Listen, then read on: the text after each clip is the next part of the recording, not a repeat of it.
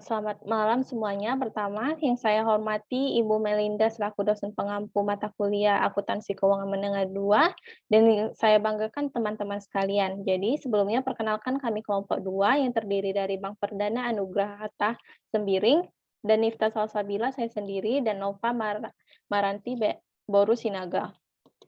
Jadi, dalam kesempatan ini kami akan membahas materi mengenai investasi aktiva operasi tidak lancar dengan 5 subbab.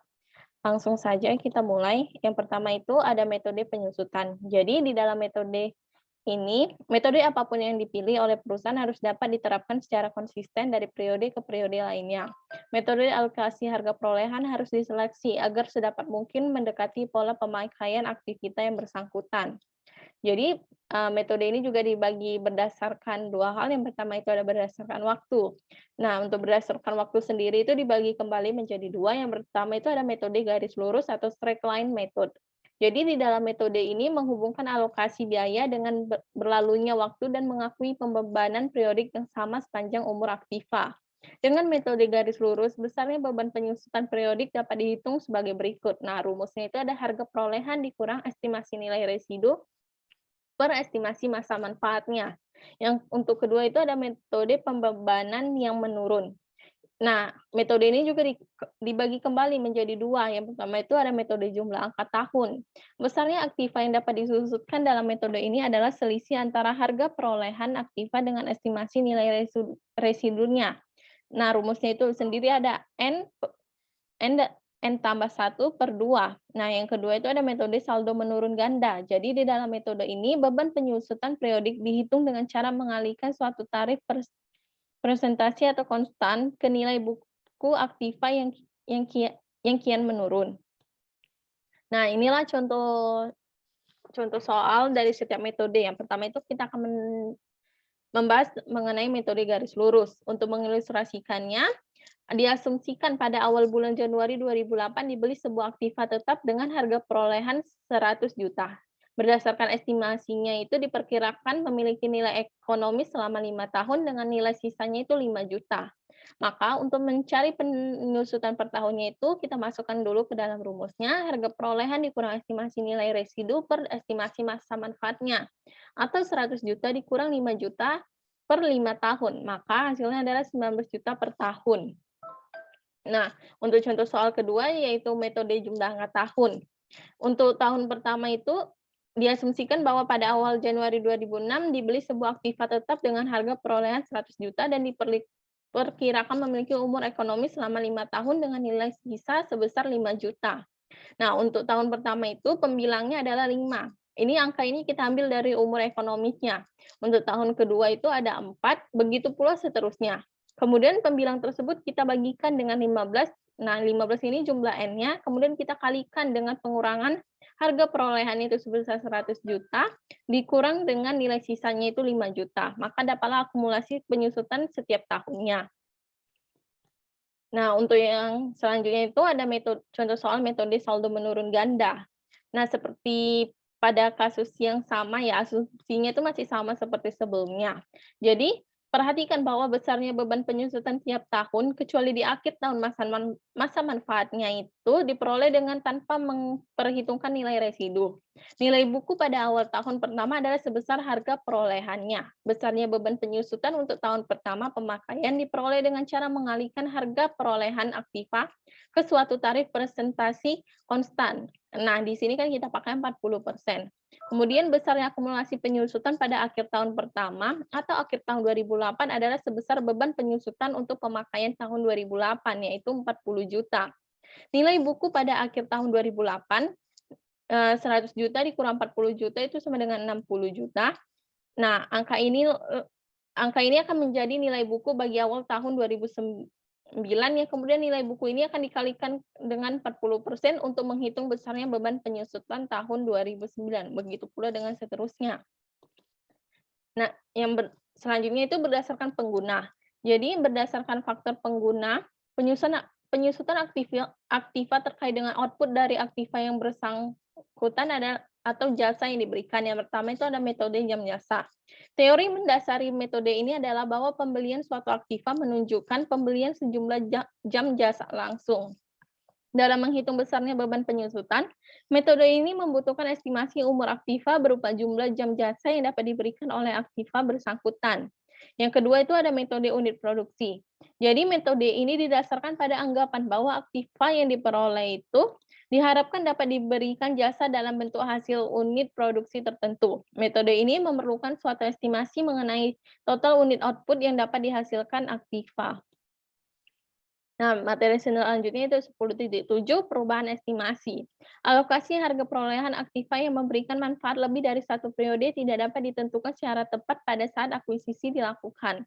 Mengingat banyaknya variabel yang harus diestimasikan, dari keempat faktor penentu besarnya beban penyusutan periodik, hanya ada satu faktor saja yang mencerminkan data atau informasi historis, yaitu harga perolehan aktiva di mana besarnya tidak perlu lagi diestimasikan, melainkan dapat langsung dibuktikan atau dapat diverifikasi keabsahannya secara objektif lewat dokumen pembelian aktiva. Sekarang kita masuk ke materi 10.8, perubahan nilai atas aktiva berwujud. Next. Kapan seharusnya aktiva ditinjau ulang atas kemungkinan terjadinya penurunan nilai? Perusahaan perlu melakukan pengujian atas kemungkinan terjadinya penurunan nilai. Jika terdapat perubahan yang signifikan, baik dalam pengguna aktiva atau perubahan dalam lingkungan bisnis. Kapan aktiva dikatakan mengalami penurunan nilai, perusahaan seharusnya mengakui kerugian penurunan nilai. Hanya ketika jumlah estimasi arus kas masuk bersih dari aktiva di masa yang akan datang lebih kecil dibandingkan dengan nilai buku aktiva yang bersangkutan. Bagaimana kerugian penurunan nilai aktiva seharusnya diukur? Kerugian atas penurunan nilai diukur atau ditentukan sebesar selisih antara nilai buku aktiva dengan nilai wajarnya. Next. Kita masuk ke materi 10.9 pertukaran aktiva yang sejenis. Apabila aktiva tetap ditukar dengan aktiva tetap yang tidak sejenis, maka laba atau rugi dari pertukaran aset tersebut harus diakui atau dicatat. Untuk contoh soalnya, sebuah truk dengan harga perolehan 120 juta telah disusutkan 60 juta pada tanggal 5 Januari 2010. Ditukar dengan sebuah kendaraan dengan harga 190 juta. Buatlah ayat jurnal jika pertukaran tersebut menambah uang tunai sebesar 135 juta. Oke, untuk ayat jurnalnya pada tanggal 5 Januari 2010, kita debitkan kendaraan sebesar 190 juta. Itu diketahui dari soal ya, 190 juta. Terus akumulasi penyusutan kendaraannya itu sebesar 60 juta. Kerugian atas kendaraan 5 juta. Terus kita mengkreditkan truk sebesar 120 juta. Ini diperoleh dari harga perolehan 120 juta. Terus kita mengkreditkan kas sebesar 135 juta, itu didapat dari penambahan uang tunai. Ini 5 juta ini didapat dari 190 juta ditambah 60 juta, itu 150 juta. Terus di truknya 120 juta ditambah 135 juta, hasilnya 155 juta.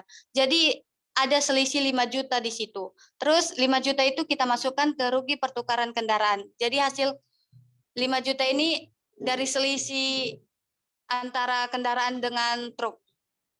Next. 10.10 pertukaran aktiva sejenis. Sebuah pertukaran aktiva tetap yang memiliki fungsi dan sifat yang sama. Misalnya terdapat mesin produksi dari merek A dengan mesin produksi merek B. Pertukaran aset tetap sejenis, laba atas pertukaran tidak diakui atau dicatat. Sedangkan jika terjadi rugi maka harus dicatat. Ini merupakan prinsip konservatif. Untuk contoh soalnya,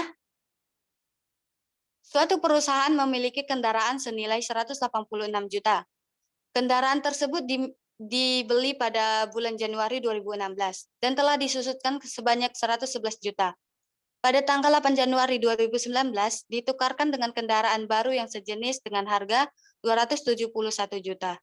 Diminta hitunglah laba rugi kendaraan aset tetap dan buatlah jurnal yang diperlukan. Jika perusahaan menambah uang tunai sebesar 199 juta. Kita masuk ke perhitungannya. Perhitungan laba pertukaran. Harga kendaraan baru tadi diketahui dari soal 271 juta. Nilai buku kendaraan lama itu diperoleh dari kita mengurangkan harga perolehan dengan akumulasi penyusutan sebesar 186 juta dikurang 111 juta hasilnya 75 juta. Kemudian untuk mengetahui selisih kendaraan dan kendaraan lama atau selisih nilai buku didapat dari harga kendaraan baru tadi 271 juta dikurangkan dengan nilai buku kendaraan lama sebesar 75 juta. Dapatlah hasilnya 196 juta. Penambahan uang tunai ini 199 juta ini didapat dari ini yang diketahui di soal jika perusahaan menambah uang tunai sebesar 199 juta. Kita mengurangkan selisih nilai buku dikurangkan dengan penambahan uang tunai, hasilnya dapat 3 juta. Itulah rugi atas pertukaran aset tetap.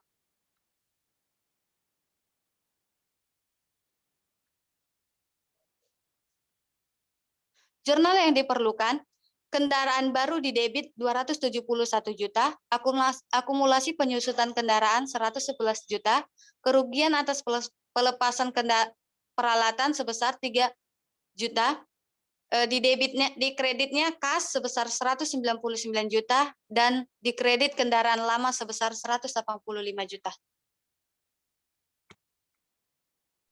Demikianlah materi yang dapat kami sampaikan. Semoga dapat bermanfaat. Terima kasih.